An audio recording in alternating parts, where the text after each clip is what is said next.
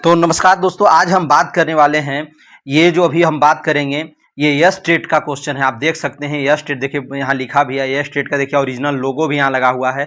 बिहार विद्यालय परीक्षा समिति लेती है एग्जाम। यस टेट 2024 का है, हिंदी का PYQ है। देख लीजिए, आप लोग यहाँ भी देख सकते हैं पेपर 2 क्लास 11-12 के लिए। देख लीजिए यहाँ पे 13/6/2024 को एग्जाम हुआ था। 10 से 12:30 बजे तक एग्जाम हुआ था। मतलब 2.5 घंटे का टाइम आपको मिलेगा दोस्तों, 2.5 आवर का, समझ गए। अब चलिए इसका पूरा प्रीवियस ईयर क्वेश्चन देखते हैं हम लोग। जबकि प्रत्येक देश का साहित्य वहां की जनता की संचित जनता की, देखिए इसको पढ़िएगा, वहां की जनता की चित्तवृत्ति का संचित प्रतिबिंब होता है। यह कथन किनका है? तो ये कथन है रामचंद्र शुक्ल का। किनका है दोस्तों? तो देखिए करेक्ट आंसर क्या होगा? रामचंद्र शुक्ल। ये कैंडिडेट भी क्या आंसर दिया था? रामचंद्र शुक्ल ही दिया था। ठीक है, तो चलिए यहाँ पे हम लोग एक बात को हम समझते हैं, एक ट्रिक यहाँ पे हम आपको बता देते हैं दोस्तों। ट्रिक जो बता रहे हैं उसको थोड़ा सा आपको समझना पड़ेगा। ठीक है, ट्रिक ले लीजिए। देखिए संचित प्रतिबिंब अगर लिखा हुआ है तो संचित प्रतिबिंब, प्रतिबिंब कहाँ बनता है? चश्मा में। चश्मा कौन पहनते हैं?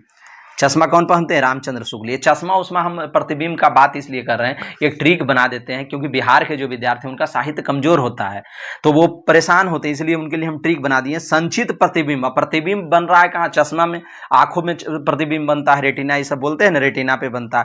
तो ये चश्मा कौन लगाते हैं? रामचंद्र शुक्ल का। जहां भी आप फोटो देखेंगे तो चश्मा लगा करके रहते हैं, तो इसलिए हम लोग दिमाग में रखिए संचित प्रतिबिंब का बात करें तो प्रतिबिंब माने चश्मा। चश्मा कौन पहनते हैं? रामचंद्र शुक्ल। इनका फोटो जहां भी देखेंगे चश्मा में दिखेगा। चलिए हम ट्रिक बता दिए दोस्तों, माइंड में सेट कर लीजिएगा।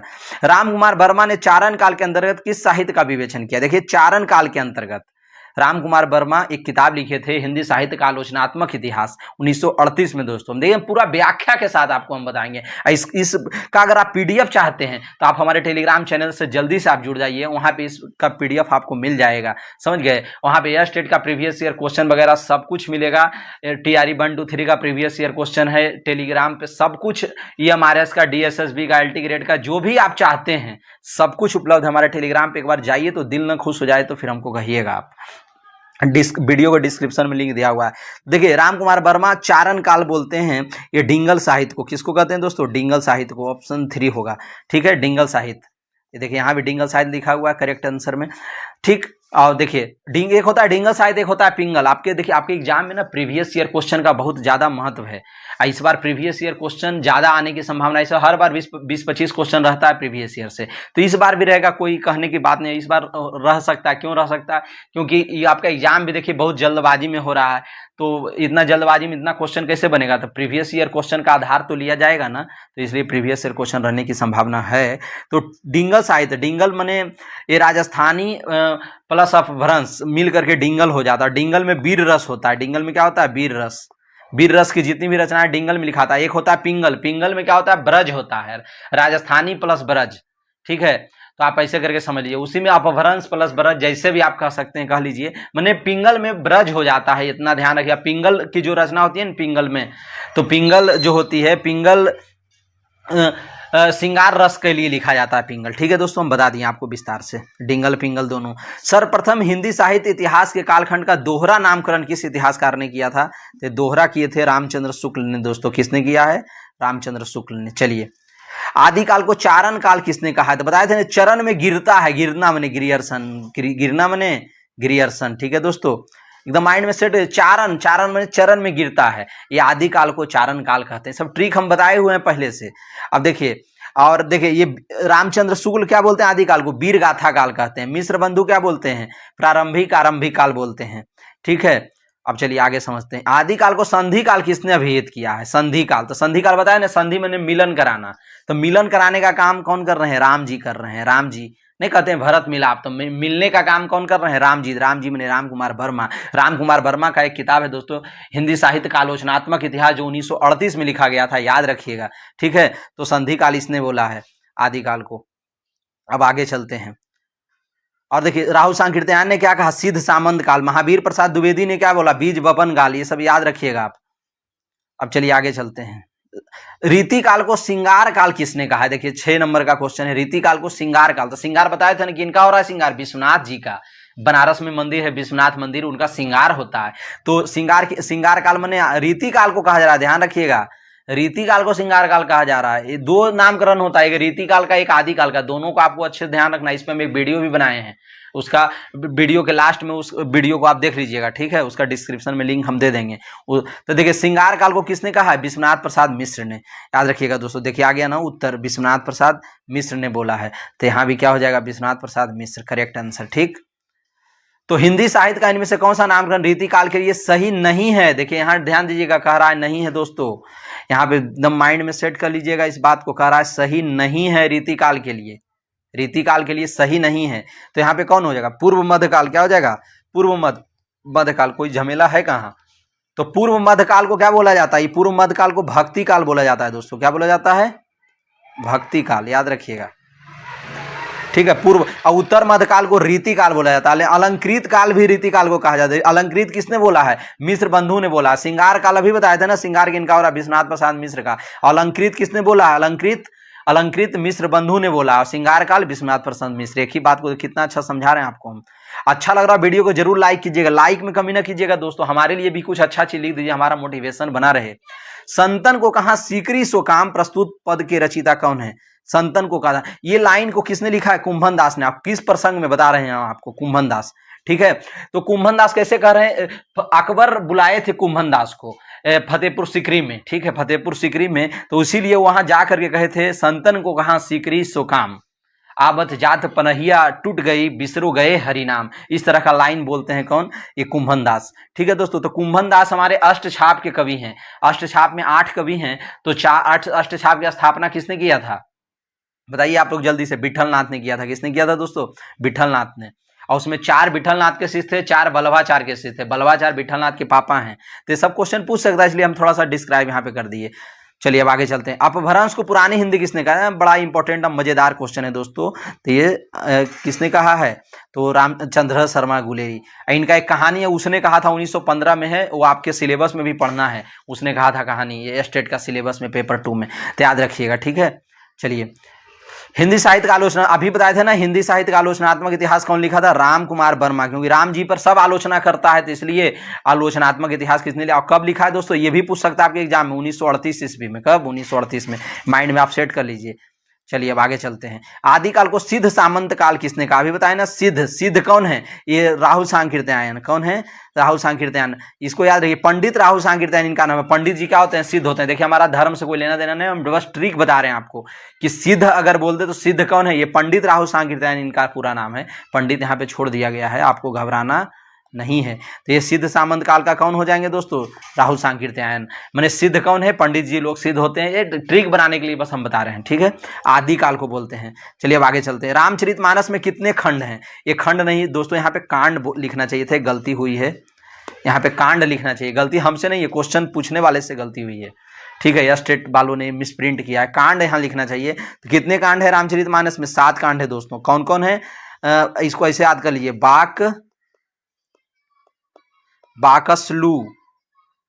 बाकसलू, याद रखिएगा इसको, इस ट्रिक को। हमारा जो ये ट्रिक हम दे रहे हैं, बा से बाल कांड, आ से अयोध्या कांड, फिर आ से अरण्य कांड, फिर के से किष्किंधा कांड, यस से सुंदर कांड। 5 नंबर में देखिए सुंदर कांड है। यल से लंका कांड देखिए 6 नंबर पे, 5 पे सुंदर। यू से उत्तर कांड, उत्तर कांड देखिए 7 नंबर पे है। तो ठीक है। के से किष्किंधा कांड 4 नंबर पे, अरण्य कांड समझ गए 3 नंबर पे आओ, ए से अयोध्या कांड 2 नंबर पे आओ, ए से बी से बाल कांड। तो इसको ट्रिक आप माइंड में से बाकसलू याद कर लीजिए, 2-3 बार इसको पढ़ लीजिएगा, हो जाएगा आपका काम, ठीक है। तो दोस्तों बाकसलू, बाक BAA के बाक स्लू SLU, ट्रिक याद कर लीजिए। देखिए बाल कांड, बच्चा मने बाल कांड हो गया ना, बच्चा मने बाल कांड, तो आप समझ ही रहे हैं। तो बच्चा मने बाल कांड हो गया दोस्तों। ए से बाल कांड के बाद क्या होता है? ऑटोमेटिक अयोध्या कांड होता है। तो ए से अयोध्या हो जाएगा, ठीक है, अयोध्या कांड। हम इसको देखो, ये क्योंकि हर एग्जाम में सब पूछता है, इसलिए हम देखिए अयोध्या के बाद क्या हो जाएगा? अरण्य कांड। अयोध्या के बाद ही तो जंगल में भूलने वाला काम हुआ था ये सब। चलिए हम बहुत अच्छे से यहाँ पे हम आपको समझा दिए हैं, तो हम इसको यहीं पे इरेज कर देते हैं दोस्तों।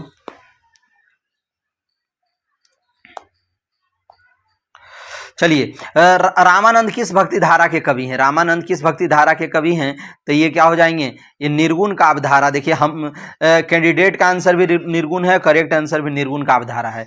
ठीक है दोस्तों, तो निर्गुण होगा। बहुत सारे लोग इसको सगुण मानते हैं, पर ये निर्गुण ही माना गया है। देखिए ओरिजिनल आंसर भी निर्गुण माना गया है। चलिए आगे अब चलते हैं। आदिकालीन शिलांकृत कृति का नाम क्या, जिसे गद्य पद मिश्रित चंपू काव्य की प्राचीनतम कृति माना गया? बताइए दोस्तों, इसमें क्या होगा? तो ये राउल बेल हो जाएगा। क्या हो जाएगा? राउल बेल के लेखक कौन है? राउल बेल के लेखक कौन है? रोडा कवि। कौन है? रोडा कवि। संदेश रासक अब्दुल रहमान के द्वारा लिखा गया। कीर्ति लता कौन लिखे? ये हमारे विद्यापति ने लिखा है। पृथ्वीराज रासो को किसने लिखा? चंद्रवर दाई ने। देखिए हम सारा डिस्क्राइब कर दिए हैं। ठीक है, अब आगे चलते हैं। गया प्रसाद शुक्ल स्नेही किस युग के कवि हैं? गया प्रसाद शुक्ल स्नेही। तो देखिए दोस्तों, इसको याद रखिएगा। गया कौन है? डूब गया। इस डूब से द्विवेदी से क्या बना देंगे? इसको ट्रिक बना लेंगे, द्विवेदी युग हुआ। ठीक है, इसको ट्रिक क्या बनाएंगे? गया, डूब गया, डू से द्विवेदी, डू से द्विवेदी, ऐसे करके याद रख लेंगे। डू से द्विवेदी, गया डूब गया, डूब गया मैंने डब गया, डूब गया। इस तरह से कुछ कुछ देखिए ट्रिक नहीं बनाएंगे तो आप कंफ्यूज होते रहेंगे एग्जाम में, इसलिए हमको कंफ्यूज नहीं होना है। तो गया मैंने कैसे क्या हो गया? गया के साथ डूब गया, डूब से द्विवेदी युग। ठीक है, याद कर लीजिए दोस्तों। अच्छा लग रहा हमारी बातें, लाइक जरूर कीजिएगा, हमारे लिए कुछ बेहतर कमेंट लिखिएगा, हमारा मोटिवेशन बना रहे और आपके लिए हम और अच्छा वीडियो लाते रहे आपके फायदे के लिए। हिमकिरीटनी और हिमत्रिंगनी काव्य संग्रह किस कवि की रचना है? तो ये किसका है? माखनलाल चतुर्वेदी की है दोस्तों। हिमकिरीटनी जो है 1941 में लिखा गया था। हिमतरंगिनी कब लिखा गया था? 49 में। ये भी पूछ सकता है। ठीक है, हिमकिरीटनी 1941 में लिखा गया है। हिमतरंगिनी जो है, इसी पे इनको क्या मिला था? साहित्य अकादमी पुरस्कार मिला था। हिमतरंगिनी पे, समझ गए? हिमतरंगिनी पे इनको साहित्य अकादमी पुरस्कार मिला था। किनको? माखनलाल चतुर्वेदी को। देख रहे हैं हम कितना एकदम व्याख्या कर रहे हैं विस्तार से आपके लिए। किस लिए करते हैं? ये कब मिला था? 1955 में मिला था दोस्तों। साहित्य अकादमी इसी पे हिमतरंगिनी पे मिला था साहित्य अकादमी। कब मिला था? 1955 में। तो अगर हमारा वीडियो आपको बड़ा भी लगे तो आपको घबराना नहीं है, क्योंकि हम आपको पूरा व्याख्या के साथ बता रहे हैं। ये व्याख्या इसलिए बता रहे हैं कि इसके इर्द गिर्द क्वेश्चन कुछ भी अगर पूछे तो आप आराम से बना ले जाएं। समझ गए? चलिए दोस्तों, चलिए अब आगे चलते हैं। नारी तुम केवल श्रद्धा हो विश्वास रजत नकपतल में पीयूष स्रोत सी बहा करो जीवन के सुंदर समतल में किस काव्य संग्रह की पंक्ति है? तो ये कमायनी की है दोस्तों। समझ गए? कमायनी कब लिखा गया था? 1936 में। कब लिखा गया है? 1936 में दोस्तों। याद रखिएगा इस सब बात को आप। ठीक है, कमायनी में कितने सर्ग हैं? सर्ग कितने हैं इसमें? 15 सर्ग हैं। कितने सर्ग हैं? 15 सर्ग है। चिंता, आशा, श्रद्धा, काम, वासना, लज्जा, कर्म, ईर्ष्या, ईड़ा, इस तरह से पूरा है। लास्ट में क्या है? आनंद। ठीक है, अब चलिए आगे चलते हैं। शुरू देखिए चिंता से होता है, लास्ट कहां से होता है? आनंद होता है। अब आगे चलते हैं। छायावाद शब्द का प्रयोग दो अर्थों में समझना चाहिए। एक तो रहस्यवाद के अर्थ में, जहां उसका संबंध काव्य वस्तु से होता है। दूसरा काव्य शैली या पद्धति विशेष के व्यापक अर्थ में। कथन किस आलोचक का है दोस्तों? तो छायावाद का अर्थ दो अर्थों में समझना। देखिए छायावाद को आप लोग ध्यान देना दोस्तों। ये जो छायावाद आया है, ये 4 कवि हैं। इसमें कितने हैं? 4। देखिए छायावाद 4 अक्षर से भी मिलके बना है, इसलिए छायावाद में कितने कवि हो जाएंगे? 4। 4 में से 3 पुरुष हैं, 3 मेल हैं और एक क्या है? फीमेल। अब फीमेल एक कौन है? ये महादेवी वर्मा। याद रखिएगा, महादेवी वर्मा। कौन है फीमेल में? महादेवी वर्मा। और मेल में कौन कौन है? निराला जी हैं, फिर हमारे जयशंकर प्रसाद हैं और पंत जी हैं। ठीक है, 3 मेल में। ठीक है दोस्तों, तो देखिए हम बहुत अच्छे से बता दिए हैं। छायावाद 4 अक्षर से मिलकर बना, मैंने इसमें 4 कवि हैं, मुख्य रूप से ये सब हैं। कह रहा है 2 अर्थों में इसको समझना चाहिए हम लोग को। कितने अर्थ में? कह रहा है 2 अर्थों में समझना चाहिए। तो इसका ट्रिक हम लोग बनाएंगे। 2 अर्थ जब बोले ना, इसका छायावाद का अर्थ 2 अर्थों में समझना चाहिए। तो ये बात कौन बोल रहे हैं? शुक्ल जी बोलते हैं। ठीक है, याद रखिएगा। ये कौन? एक तो रहस्यवाद के अर्थ में और दूसरा क्या कहते हैं? वस्तु से, काव्य वस्तु से। जो दूसरा काव्य शैली या पद्धति विशेष के अर्थ में होता है। तो याद रखिए। तार सप्तक का संपादन किस कवि ने किया था? तार सप्तक तो ये कौन किया था? हमारे अज्ञेय जी ने किया था। किसने किया था दोस्तों? अज्ञेय जी ने। तो याद रखिएगा अज्ञेय। ये देखिए 4 सप्तक कितने आए थे? 4 तार सप्तक आए थे, 4। तो देखिए उसमें 4 में से 1, 2, 3 और 4 हम सबका देखिए डिटेल में आपको लिख के बता देते हैं। पहला हुआ था 1943 में। 8-8 साल का अंतराल बना दीजिए। 43, 8, 51, 8, 59। देखिए हम सब ट्रिक बता रहे हैं दोस्तों आपको। 3 ये पूछेगा, कह देगा तीसरा तार सप्तक में कवि कौन है, और साथ में कहेगा कब प्रकाशन हुआ था, दोनों पूछ सकता है। चौथा में 20 साल का अंतराल है। चौथा में ये 20 साल का अंतराल है, 20 साल का, और बाकी सब में कितना है 8-8 साल का, ये सब में देखिए 8 साल।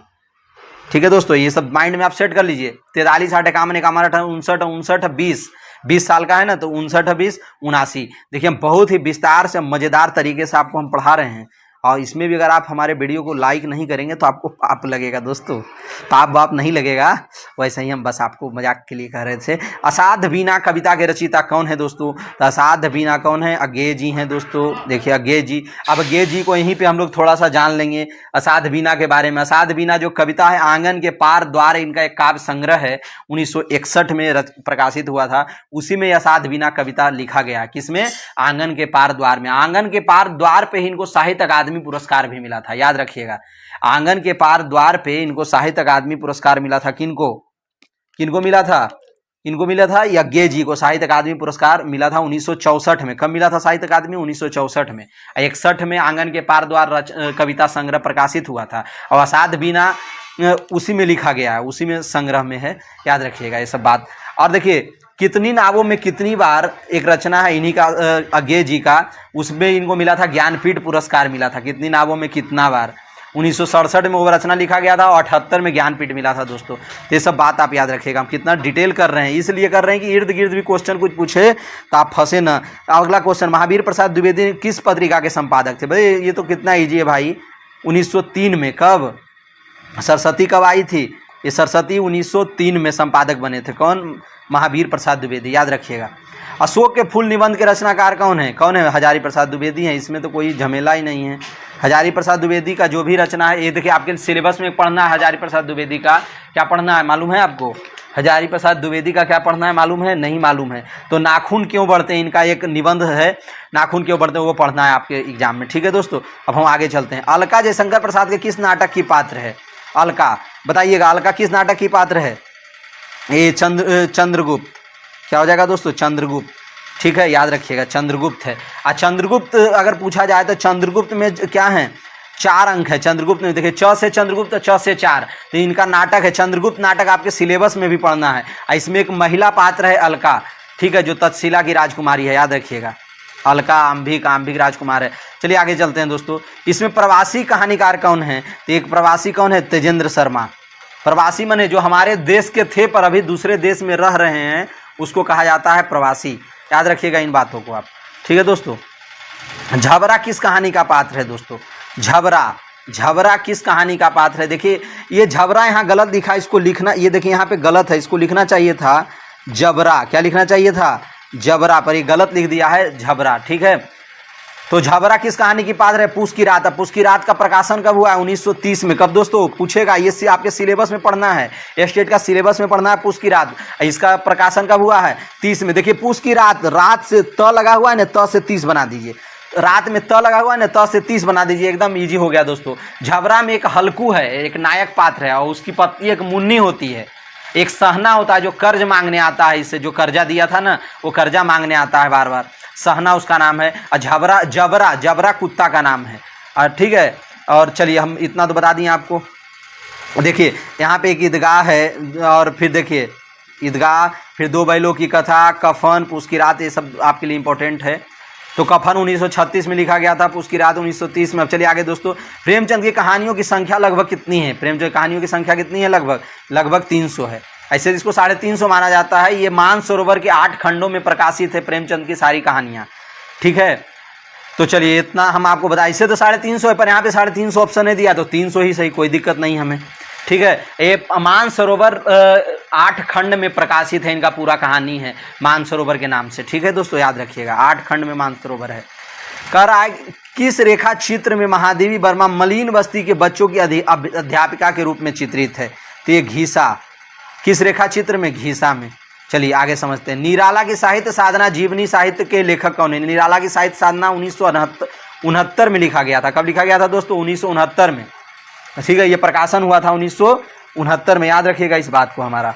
और देखिए इसी पे निराला की साहित्य साधना में किसका जीवनी लिखा गया है? निराला की जीवनी लिखे हैं, किसने लिखा है? रामविलास शर्मा ने। किसने लिखा है दोस्तों? रामविलास शर्मा ने। रामविलास शर्मा को इसी पे साहित्य अकादमी पुरस्कार मिला था। क्या मिला था दोस्तों? साहित्य अकादमी पुरस्कार। आपको ध्यान रखना इन बातों को। अब चलिए इतना बात हम आपको समझा दिए हैं, अब आगे चलते हैं। संस्मरण ग्रंथ तुम्हारा परसाई के लेखक कौन है? तुम्हारा परसाई ये कौन है दोस्तों? कांति कुमार जैन। कौन है? कांति कुमार जैन। देखिए यहाँ पे, ठीक है। चलिए आगे समझते हैं। ये अरविंद, ये देखिए कैंडिडेट का आंसर गलत है ये, ठीक है। अरविंद कुमार यहाँ लिखा, कैंडिडेट ने मारा था, पर करेक्ट आंसर क्या हुआ? कांति कुमार जैन, ठीक है। याद रखिएगा, तुम्हारे ये सब इंपॉर्टेंट आपके लिए है, पूछ सकता है। और चलिए आगे समझते हैं। याद हो कि न याद हो, बहुचर्चित संस्मरण कीर्ति किसकी है? तो ये किसका होगा? नामवर सिंह का। एकदम नामवर सिंह बहुत इंपॉर्टेंट है आपके लिए, तो ये क्या हो जाएगा? नामवर सिंह का। याद रखिएगा। सॉरी दोस्तों, नामवर सिंह नहीं, हम दिमाग से निकल गया। अरे बाहर एक ऑटो चल रहा है भाई, समझ गए? ऑटो से घन घन आवाज़ आ रहा है, हमारा माइंड डिस्टर्ब हो रहा है।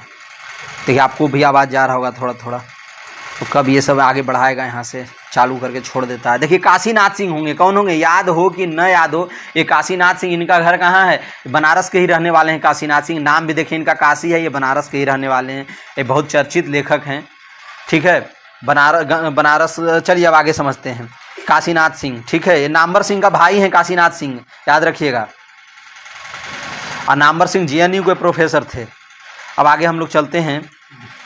मुक्तिबोध की जीवनी के कीर्तिकार कौन है दोस्तों? ये विष्णुचंद शर्मा होंगे। कौन होंगे? विष्णुचंद शर्मा। कौन होंगे? विष्णुचंद शर्मा, याद रखिएगा। मुक्तिबोध की जीवनी के कीर्तिकार, ठीक। कैंडिडेट का आंसर देखिए यहाँ पे गलत था, नेमिचंद्र जैन था। चलिए आगे समझते हैं। महादेवी वर्मा ने अपने समकालीन साहित्यकारों के संस्मरण किस पुस्तक में लिखे थे? तो किस में लिखे थे दोस्तों? पथ के साथी में। समकालीन माने इनके साथ कौन कौन थे? जैसे देखिए महादेवी वर्मा के साथ कौन कौन थे? निराला थे, जयशंकर प्रसाद थे, और ये पंत थे, समझ गए? तो देखिए पंत और निराला तो इन्हीं के साथ ही रहते थे, दोनों को अपना बड़ा भाई मानते थे। कौन? महादेवी वर्मा। महादेवी वर्मा का जन्म कब हुआ दोस्तों? 1908 में। कब हुआ है? 1907 में, सॉरी 1907 में हुआ है। और 8 में दिनकर जी का जन्म हुआ है, 1908 में दिनकर जी का, याद रखिएगा। अब महादेवी वर्मा का 1907। अब यहाँ पे चलिए, यहाँ पे बात समझिएगा। अब यहाँ पे हमारा भी दिमाग कंफ्यूज कर गया है दोस्तों कि 8 किसका हुआ है। थोड़ा सा भी इसको हम, माइंड डिस्टर्ब होने की वजह से चीज़ें गायब हो गई यहाँ पर से। महादेवी वर्मा का जन्म यही 1907 या 1908 में हुआ दोस्तों, हम थोड़ा सा भी कंफ्यूज कर गए हैं, ठीक है। कोई बात नहीं, 1907 या 1908 में, पर दिनकर जी का 1908 में जन्म हुआ, ये तो मैं कन्फर्म हूँ। और हजारी प्रसाद द्विवेदी का भी शायद 1907 में हुआ है जन्म, ठीक है। हाँ, तो अब आगे चलते हैं। कोई दिक्कत नहीं, ये सब चीज़ों से हमारा आप निगेटिव मत लीजिएगा, कभी कभी हमारा भी दिमाग कंफ्यूज करता है, हर किसी का हो जाता है। तो पथ के साथी, पथ के साथी याद रखिएगा दोस्तों। पथ का साथी जो है 1956 में आया है। पथ का साथी कब प्रकाशन हुआ? 1936 में। मेरा परिवार कब हुआ? ये सब पूछता है, इसलिए हम बता रहे हैं। मेरा परिवार 1972 में। स्मृति की रेखाएं 1943 में, याद रखिएगा दोस्तों। देखिए क्या होता है ना, इतना सारा चीज़ याद रहता है ना, एक एक चीज़ कंफ्यूज कर जाता है, इसलिए हम सोचे गलत आपको नहीं बताएंगे। इससे बेहतर है कि अभी हम आपको कह दें कि हम डाउट में हैं, इसलिए हम आपको गलत बताने से बेहतर है हम अपना चीज़ों को स्वीकार कर लेते हैं।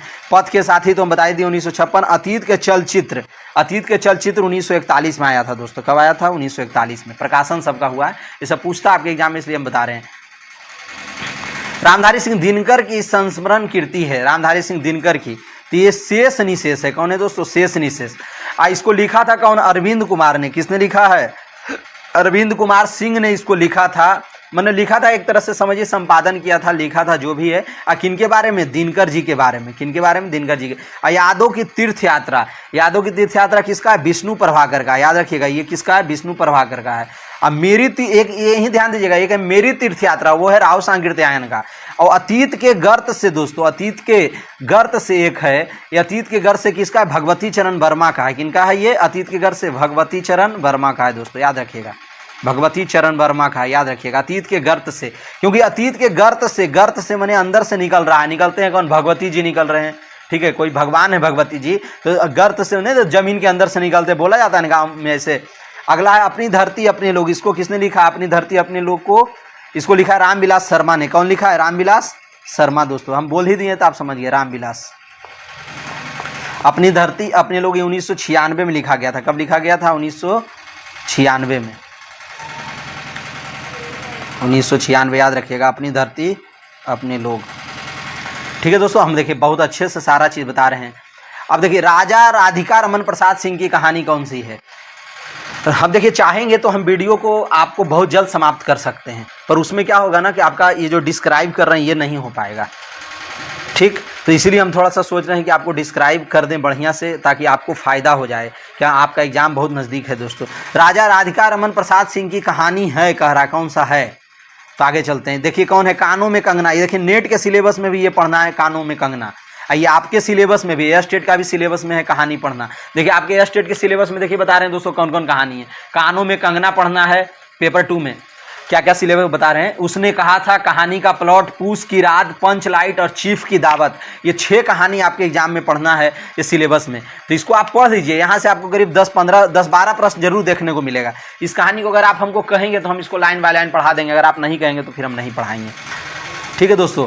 तो कानों में कंगना अगर आप कहीं पढ़ ले रहे हैं किसी टीचर से तो और बेहतर है, पर अगर आप नहीं पढ़ पा रहे हैं, आप सोच रहे हैं सर आप लाइन बाय लाइन पढ़ा दीजिए, तो हम पढ़ा देंगे। तो कानों में कंगना, ये याद रखिए, राधिका रमन प्रसाद सिंह का। इसको ट्रिक क्या बनाएंगे, राधिका, कान में कंगना कौन पहनी है, राधा जी, राधा से राधिका बना देंगे। क्या बना देंगे, राधिका, कहते हैं ना राधिका, तो ही राधिका, कान में कंगना पहनी है। इस तरह से माइंड सेट कर लिया। लाल पान की बेगम किसकी है, ये रेणु जी का है, फणीश्वरनाथ रेणु, जो हमारे बिहार के कवि हैं। सिक्का बदल गया किसका है, ये कृष्णा सोबती का। कहानी का प्लॉट किसका है, शिव पूजन सहाय का है। ये क्लास 9th या 10th में बिहार बोर्ड में पढ़ना भी है कहानी का प्लॉट। हमें लग रहा है क्लास 9th में ही है, जहां भी हो पर पढ़ना है शिव पूजन सहाय का। इसी कहानी का प्लॉट में ही एक क्या है ना, एक मुंशी जी होते हैं और उनकी एक बेटी होती है। तो क्या कहा जाता है उस बेटी के बारे में, अमीरी की कब्र पर पनपी हुई गरीबी बड़ी ही जहरीली होती है। जो, हाँ चलिए अब आगे समझते हैं। मुंशी जी ने क्या बेचकर, देखिए आ गया ना क्वेश्चन उसी से, कहानी का प्लॉट से ये देखिए लाइन लिखा गया है। मुंशी जी ने क्या बेचकर दरोगा जी का श्राद्ध किया था। दरोगा जी उनके मुंशी जी के बड़े भाई हैं। तो दरोगा जी का श्राद्ध किया था कौन, अब देखिए घोड़ी, क्या है, घोड़ी बेच करके, घोड़ी रखे थे दरोगा जी, उसी को बेच करके क्या किए थे, श्राद्ध किए थे। ठीक है दोस्तों, याद रखिएगा, घोड़ी बेच करके। ये कहानी का प्लॉट से है ये क्वेश्चन, तो इसलिए कहे थे हम आपको कहानी अच्छे से पढ़ दीजिएगा आप लाइन बाय लाइन। और देखिए जो उपन्यास भी आपका इसमें पढ़ना है, उपन्यास, तो उपन्यास को आप लाइन बाय लाइन नहीं पढ़िएगा, वो आपके पास उतना टाइम नहीं है। आपके 3 उपन्यास है, गोदान, त्यागपत्र और मैलांचल। ठीक है दोस्तों। तो उपन्यास तो अब आप नहीं पढ़ पाएंगे क्योंकि इतना आपके पास टाइम नहीं है, पर आप उपन्यास संबंधित जितना भी एमसीक्यू बन सकता है वो आप कर सकते हैं। तो दहेज प्रथा पर आधारित है, कौन है, अब ये देखिए दोस्तों, तो ये कहानी का प्लॉट है। ठीक है, कहानी का प्लॉट, इसमें वही दहेज के कारण उनको ब्याह कर दिया जाता है, एक काफ़ी बूढ़े व्यक्ति से ब्याह कर दिया जाता है, भगजोगनी का, याद रखिए। सॉरी, बूढ़े से नहीं भाई, उनका अपना सौतेला बेटा से ब्याह कर दिया जाता है। देखिए माइंड थोड़ा सा डिस्टर्ब होता है, चीज़ें इधर उधर हो जाती है। तो बूढ़ा बेटा से नहीं, सॉरी, मैंने उसका ही अपना सौतेला बेटा से विवाह करना होता है। ठीक है, कहानी का प्लॉट में भगजोगनी एक होती है उसमें। चलिए आगे चलते हैं। पूस की रात कहानी के कुत्ते का क्या नाम है। पूस की रात कहानी में कुत्ते का नाम, देखिए यहीं पे ध्यान दीजिएगा, जबरा। क्या है, जबरा। ये देखिए जबरा और झबरा में बहुत कंफ्यूजन होता है। अभी देखिए क्वेश्चन भी झबरा करके पूछ दिया था, क्या होगा दोस्तों, जबरा होगा। ठीक है, अब आगे चलते हैं। पूस की रात कहानी का प्रमुख पात्र कौन है। पूस की रात कहानी के प्रमुख पात्र, अब देखिए क्वेश्चन हमको पूस की रात कहानी के प्रमुख पात्र कह रहा है। प्रमुख पात्र बताए थे ना, हल्कू होगा। कौन होगा, हल्कू। हल्कू की पत्नी एक है मुन्नी, और इसी में एक सहना है जो कर्जा मांगने के लिए आता है, और कुत्ता का नाम जबरा। देखिए कितना क्वेश्चन आ रहा है पूस की रात से। अब आगे चलते हैं। प्रेमचंद के बचपन का क्या नाम था, तो ये धनपत राय था दोस्तों। क्या था, धनपत। देखिए कितना इजी प्रश्न है। किसने कहा कि जो वह सो गई नींद में खराटे लेने लगी, तो ये कौन है, चीफ की दावत से है ये कहानी। देखिए इसी करें, कहानी को आप अच्छे से पढ़िएगा। चीफ की दावत एक कहानी आपके इस सिलेबस में पढ़ना है। तो ये कौन बोला था, सामनाथ की पत्नी ने। कौन बोला था, सामनाथ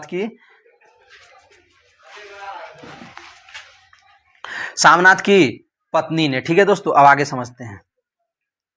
गोदान उपन्यास का मुख्य विषय है। गोदान उपन्यास का मुख्य विषय है, क्या है बताइए। तो गोदान उपन्यास का मुख्य विषय, हाँ, तो किसानों की त्रासदी। तो आप सब लोग जान ही रहे हैं, गोदान उपन्यास आपको बहुत इंपॉर्टेंट है आपके लिए पढ़ना दोस्तों। तो इसलिए गोदान से देखिए क्वेश्चन भी देखिए पूछ रहा है। गोदान उपन्यास कब लिखा गया, 1936 में, याद रखिएगा। इसमें कितने पात्र हैं, सब आपको ध्यान देना है। कहाँ है इस गांव में मजूरी, और कौन मुंह लेकर मजूरी करोगे, माहतू नहीं कहलाते। किसका कथन है, धनिया का है। ये इसमें एक क्या है, गोबर है, धनिया है, झुनिया है, सब है इसमें। तो आगे चलते हैं दोस्तों। तो ये धनिया बोलती है, ठीक है, इस बात को। अकारा मी, सब देखिए कि कहाँ से क्वेश्चन है, ये कहाँ से क्वेश्चन था, ये गोदान से ही था ये क्वेश्चन। ठीक है, अब आगे चलते हैं। इसमें ये भी देखिए क्वेश्चन गोदान से, कौन मिल मालिक है, इसलिए करें सब ध्यान दीजिएगा। मिस्टर खन्ना है, कौन है दोस्तों, मिस्टर खन्ना। ठीक है। इसमें हाँ देखिए, ये देखिए महिला आंचल से, महिला आंचल आपके सिलेबस में पढ़ना है इसलिए बता रहे हैं। इसमें फूल भी है, सूल भी है, गुलाब। ये देखिए महिला आंचल की भूमिका से लिखा गया है। महिला आंचल उपन्यास कब लिखा गया था? 1954 में। कब है दोस्तों प्रकाशन महिला आंचल का? 1954 में हुआ था। देखिए महिला आंचल से, ठीक है। और ये देखिए, ये पढ़ लीजिएगा आप। अब आगे चलते हैं। महिला आंचल देखिए आ ही गया, देखिए क्वेश्चन 1954 में है। क्या दोस्तों, महिला आंचल का प्रकाशन कब हुआ? 1954। चंद्रगुप्त नाटक में कितने अंक है? देखो शुरू में ही हम बताए थे कितने अंक है। च से चंद्रगुप्त, च से 4, तो 4 अंक। ट्रिक बना लीजिए, च से चंद्रगुप्त और च से 4, याद रखिएगा दोस्तों। चंद्रगुप्त नाटक का नायक कौन है? करा नायक कौन है इसमें? तो चंद्रगुप्त ही होंगे, इसमें कौन सी कंफ्यूजन तो है नहीं। चंद्रगुप्त। चंदू नाटक की नारी पात्र कार्नेलिया किसकी? कार्नेलिया क्या है? विदेशी है। किसकी पुत्री है? सेल्यूकस की। और सेल्यूकस कौन है दोस्तों? सेल्यूकस कौन है? ये सिकंदर का सेनापति है सेल्यूकस। इसकी पुत्री है ये कार्नेलिया। कार्नेलिया को प्रेम हो जाता है किससे? चंद्रगुप्त से। अरुण यह मधुमेह देश हमारा, क्षितिज अनजान, यही सब एक लाइन है, वो कार्नेलिया है बोलती है। चलिए आगे चलते हैं। भारतीय कृतघ्न नहीं होते हैं, यह किसका कथन है? ये चंद्रगुप्त का कथन है। समझ गए? ये देखिए क्वेश्चन, ये कृतघ्न से आपका व्याकरण में भी क्वेश्चन बन सकता है। कृतघ्न किसको कहा जाता है? जो भला नहीं मानता। जैसे आप किसी का भलाई किए और मानने के लिए तैयार नहीं है, वो कृतघ्न कहलाएगा। और आप जिसका भलाई किए वो मानता कि हाँ भाई हमारा इस व्यक्ति ने भला किया है, हम मानते हैं, तो जो भलाई को मानता है तो उसको कृतज्ञ बोलते हैं। क्या बोलते हैं उसको? कृतज्ञ। कृतज्ञ याद रखिएगा। और कृतघ्न किसको? जो भलाई को नहीं मानता। ये उल्टा में भी पूछ सकता है दोस्तों, विलोम शब्द में। तो देखिए, आषाढ़ का एक दिन नाटक पर बनी फिल्म के निर्देशक कौन थे? तो मनी कौल थे। कौन है दोस्तों? अब थोड़ा स्पीड हम करते हैं क्योंकि ऐसे में फिर बहुत समय हो जाएगा। मोहन राकेश ने किस पत्रिका का संपादन किया था? सारिका का। ये सारिका के 3 लोक प्रकाशन। देखिए व्याख्या करने में क्या होता है ना, टाइम चला जाता है, पर आपको फायदा होता है, टाइम ज्यादा वेस्ट होता है हमारा। सारिका में ध्यान रखिएगा 3 लोग किए थे, एक मोहन राकेश, राजेंद्र यादव और एक कमलेश्वर थे। 3 लोगों ने मिलकर के सारिका पत्रिका का संपादन किया था, याद रखिएगा। मैं कई सूत्रों से इस भूमि से जुड़ा हूं। इस बात को कौन कहता है? ये कालिदास बोलता है। कौन बोलता है? कालिदास। ये एक नाटक है। नाटक कौन है? आषाढ़ का एक दिन। कौन नाटक है? आषाढ़ का एक दिन, वहीं से लिया गया है। 1958 में प्रकाशित हुआ है दोस्तों। ये आपके सिलेबस में भी पढ़ना है, आषाढ़ का एक दिन, याद रखिएगा इस बात को, ठीक है। आषाढ़ का एक दिन में आपके सिलेबस में भी पढ़ना है, नाटक पढ़ना है, समझिए। आपके सिलेबस मात्र 2 नाटक पढ़ना है, एक चंद्रगुप्त, एक आषाढ़ का एक दिन। ये दोनों नाटक को आप क्या करेंगे? लाइन बाय लाइन पढ़ सकते हैं, पढ़ लीजिए। और नहीं पढ़ सकते हैं तो इस पर जितना MCQ बन सकता है आप देख लीजिएगा, ठीक है। अब आगे चलते हैं। लेखक के अनुसार मानव शरीर में सबसे निचला स्थान कौन सा है? ये देखिए निबंध से क्वेश्चन है। कहां से? ये निबंध है। कौन सा निबंध से मालूम है आपको दोस्तों? नहीं मालूम होगा, नहीं ना मालूम है। तो ये देखिए, ये निबंध से है। लेखक के अनुसार मानव शरीर में सबसे निचला स्थान कौन? गेहूं और गुलाब। ये निबंध है, एक गेहूं और गुलाब, गेहूं और एंड गुलाब, याद रखिए। और है गेहूं और गुलाब, किसका? राम वृक्ष बेनीपुरी का है, ठीक है। तो आपके सिलेबस में निबंध भी पढ़ना, उसी से लिया गया। और कौन है? पेट होगा, समझ गए। और गेहूं और गुलाब याद रखिएगा। तो गेहूं निबंध आपके सिलेबस में 4 पढ़ना है, जैसे गेहूं और गुलाब, आचरण की सभ्यता, नाखून क्यों बढ़ते हैं, और श्रद्धा और भक्ति। देखिए सबसे क्वेश्चन पूछता है, इसलिए हम बता रहे हैं आपको। अब अगला क्वेश्चन है कि किसकी दुनिया को लेखक ने रंगों की दुनिया या सुगंधों की दुनिया कहा है? तो देखिए ये ध्यान रखिएगा, ये गेहूं और गुलाब से ही लिया गया। कहां से लिया गया? गेहूं और गुलाब निबंध से ही है। तो ये कहा गया है रंगों की दुनिया, किसको? गुलाब की दुनिया को कहा गया है, ठीक है। गुलाब की दुनिया को याद रखिए। जो गुलाब है ना, ये विलासिता का, मौज मस्ती का प्रतीक है, अमीरी का प्रतीक है। और गेहूं जो है गरीबी का प्रतीक है, मजदूरी का प्रतीक है, ठीक है। याद रखिएगा दोस्तों इस बात को आप, ठीक है। अब ऐसे भी देखिए यहाँ पे क्या है? सुगंधों की दुनिया। सुगंध कहाँ से आता है? गुलाब से। तो गुलाब की दुनिया को सुगंधों की दुनिया का। तो अब देखिए अगला है आपका निबंध आचरण की सभ्यता। इसको किसने लिखा है? सरदार पूर्ण सिंह ने। ये आपका सिलेबस में पढ़ना है, इसलिए तो क्वेश्चन पूछ रहा है। सिलेबस से क्वेश्चन भी आपके एग्जाम में बाहर नहीं पूछता, याद रखिएगा। अब अगला कहिएगा तो हम इसका पूरा सिलेबस भी बता देंगे आपको, शायद हम बताए भी है एक वीडियो में। सिलेबस का भी वीडियो है, आप देख लीजिएगा एक बार क्या क्या सिलेबस में आपका है। तो अब देखिए दोस्तों, हम लोग आगे चलते हैं 56 नंबर क्वेश्चन में। आचरण की सभ्यता दर्शन से क्या नहीं होता है? तो देखिए इसका सही उत्तर क्या होगा? राग अपना स्वर बदल लेती है। ये नहीं होता है, कह रहा है नहीं होता है, बाकी सब चीज होता है। विद्या का तीसरा शिव नेत्र खुल जाता है आचरण की सभ्यता से। कला साहित्य और संगीत को अद्भुत सिद्धि प्राप्ति होती है, होता है। चित्रकला का मौन राग अलापने लग जाता है, सब देखिए होता है, ठीक है। राग अपना स्वर बदल लेता है, ये नहीं होता है, याद रखिएगा। आचरण की सभ्यता के देश को निराला कहा गया है, क्यों कहा गया दोस्तों? ऑप्शन सी मतलब 3 सही हो जाएगा। उसमें न शारीरिक झगड़े, न मानसिक, न आध्यात्मिक, न उसमें विद्रोह, न जंग की नामो निशान है दोनों। ठीक है, आगे समझते हैं दोस्तों। नाखून के उभरते का आधार बताइए, कालिदास ने क्या कहा था? कालिदास ने क्या कहा था नाखून? तो इसमें क्या कहा था दोस्तों? इसमें होगा ऑप्शन 2, सब पुराने अच्छे नहीं होते हैं, सब नए खराब ही नहीं होते। तो यही होगा, नाखून क्यों बढ़ते हैं में कालिदास ने ये बात बोला था। ठीक है, ठीक है, नाखून क्यों बढ़ते के आधार पर कालिदास ने क्या कहा था? तो ये वाला बात। ठीक है, आगे समझते हैं दोस्तों। तो नाखून क्यों बढ़ते किसका है ये रचना? किसका है? हजारी प्रसाद द्विवेदी का। पढ़ दीजिएगा, छोटा सा निबंध है, बहुत बड़ा नहीं है, पढ़ सकते हैं। रामचंद्र शुक्ल के अनुसार भक्ति क्या है? ये श्रद्धा और भक्ति एक है, रामचंद्र शुक्ल का निबंध है, इसको भी पढ़ दीजिएगा, यहाँ से पूछता है क्वेश्चन। श्रद्धा और प्रेम का योग क्या है? श्रद्धा और प्रेम का योग। आगे चलते हैं दोस्तों 60 में। दुराचारी भी यदि अपने दुराचार का फल संसार के सामने पूर्ण रूप से भोग लेता है तो समाज के लिए उपयोगी ठहर जाता है। बताइए, इसमें 2 नंबर में श्रद्धा और भक्ति हो जाएगा क्या? श्रद्धा और भक्ति हो जाएगा। ठीक है दोस्तों, तो याद रखिएगा इस सब लाइन को आप। कौन सी विशेषता सूफी काव्यों की नहीं है कह रहा है? नहीं है, तो ये ब्रज भाषा वाला होगा, नहीं होगा। ठीक है, ब्रज भाषा वाला, क्योंकि ब्रज भाषा ने सूफी काव्य जितना लिखा गया था किस भाषा में? अवधी भाषा में। कौन भाषा में दोस्तों? सूफी काव्य अवधी भाषा में, याद रखिएगा।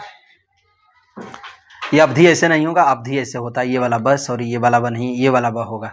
अवधि में ये वाला ब होता है। अरे कभी कभी वीडियो बड़ा हो रहा है, दिमाग कहीं ना कहीं हमारा डिस्टर्ब हो रहा है। चलिए आगे चलते हैं। देखिए, छाड़ कान मोर आचर के फारत नवसारी पंक्ति किस कवि द्वारा रचित है? ये विद्यापति के द्वारा। किसके द्वारा? विद्यापति के द्वारा। आगे चलते हैं दोस्तों।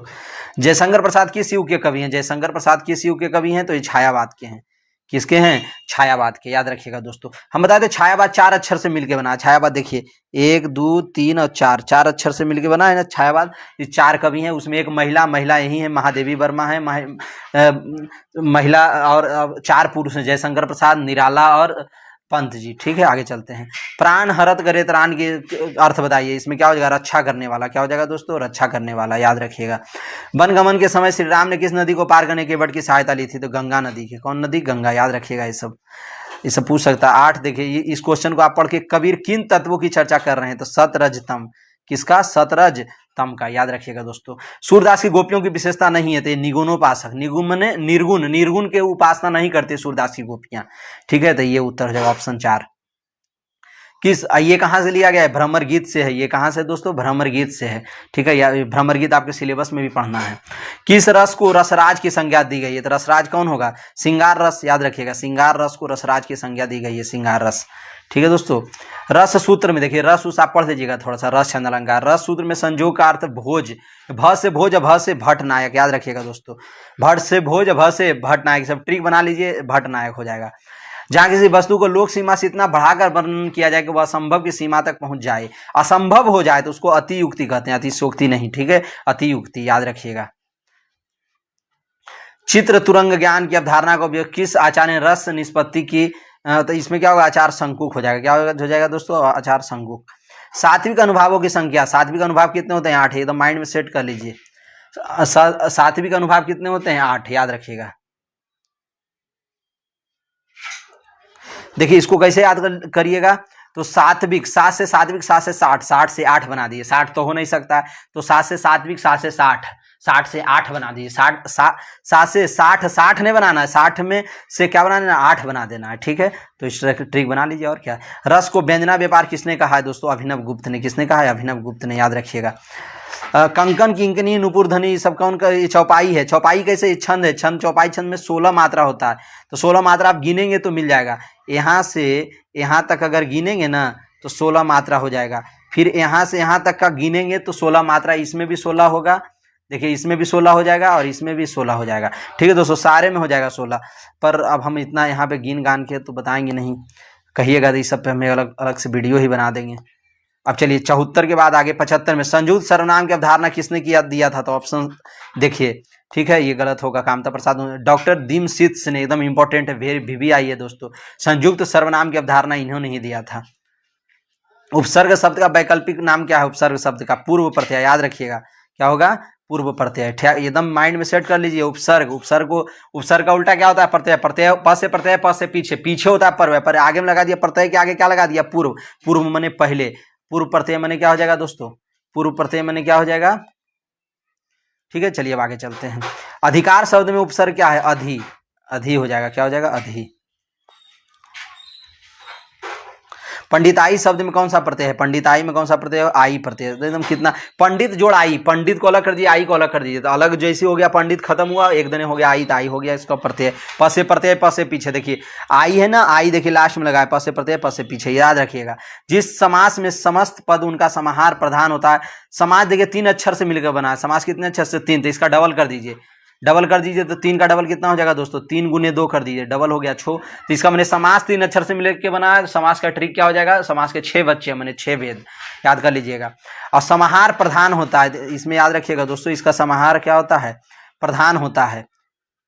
समाहार माने समस्त पद या समाहार माने समस्त पद जिसका पूरा पद प्रधान होता है, दोनों पद या पूरा पद, तो कौन होता है? द्वंद्व समास। ये तो कितना ईजी है। कर्म तत्पुरुष समास का उदाहरण कौन है? कर्म में क्या होता है? कर्म वाले में को होता है, तो को क्या बना देंगे? स्वर्ग को प्राप्त, स्वर्ग प्राप्त, ठीक है। कवि बचन सुधा के संपादक कौन थे? भारतेंदु हरिश्चंद्र। ये 1868 में आया था। कब आया था ये पत्रिका? 1868। एक 3 पत्रिका का संपादन करते हैं भारतेंदु हरिश्चंद्र। एक 1868 में कवि बचन सुधा हरिश्चंद्र मैगजीन, उसी को हरिश्चंद्र पत्रिका बोलते हैं। एक बाला बोधनी है जो 1874 में, हरिश्चंद्र मैगजीन या पत्रिका 1873 में है। देखिए बहुत अच्छे से बता दिए। प्रताप नारायण मिश्र, ये ब्राह्मण का करते हैं प्रकाशन, ब्राह्मण नामक की पत्रिका है, उसको करते हैं कौन? ब्राह्मण को कौन करते हैं? प्रताप नारायण मिश्र। अब आगे चलते हैं दोस्तों।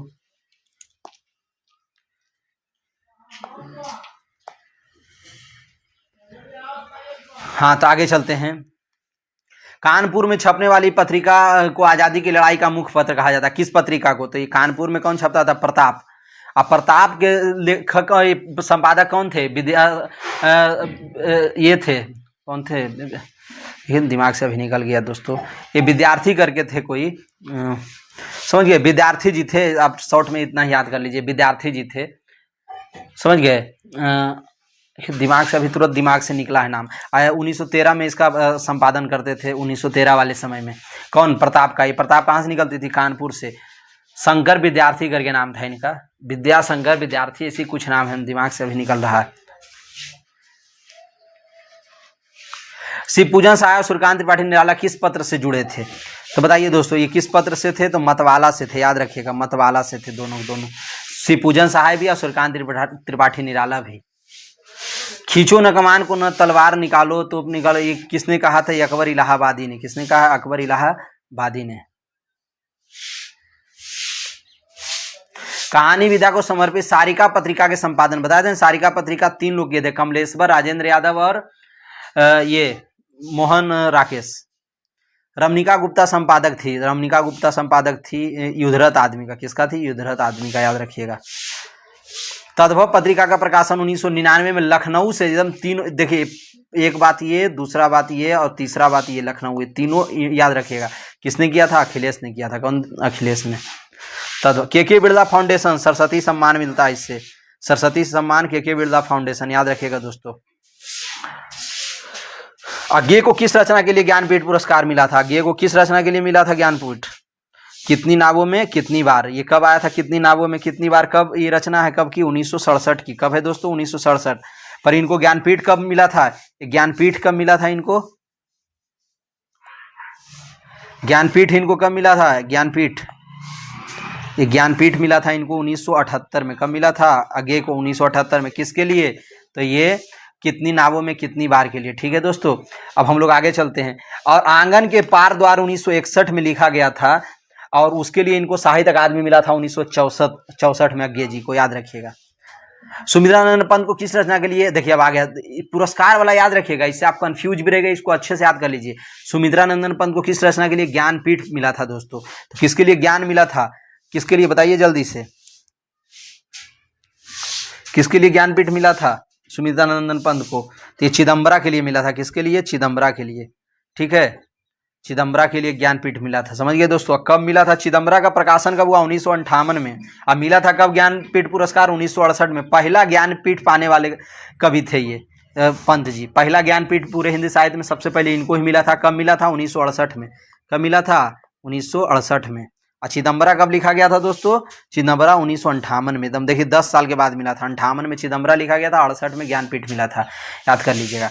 और कला और बूढ़ा चांद देखिए यहीं पे आ भी गया है। कला और बूढ़ा चांद 1959 में ये प्रकाशित हुआ था। इस पे इनको 1960 में क्या मिला था? 1960 में साहित्य अकादमी पुरस्कार मिला था।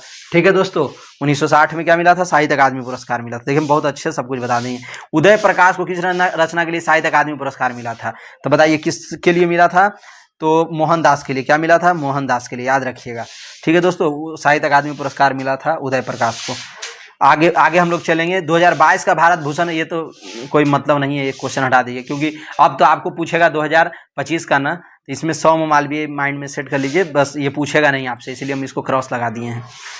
तो हाल का जो रचना उचना जिसको मिला है ना साहित्य अकादमी या ज्ञानपीठ, वो सब याद कर लीजिएगा, जो 2024-25 में मिला है। आगे की किस रचना के लिए साहित्य अकादमी पुरस्कार मिला था? अभी बताए ना।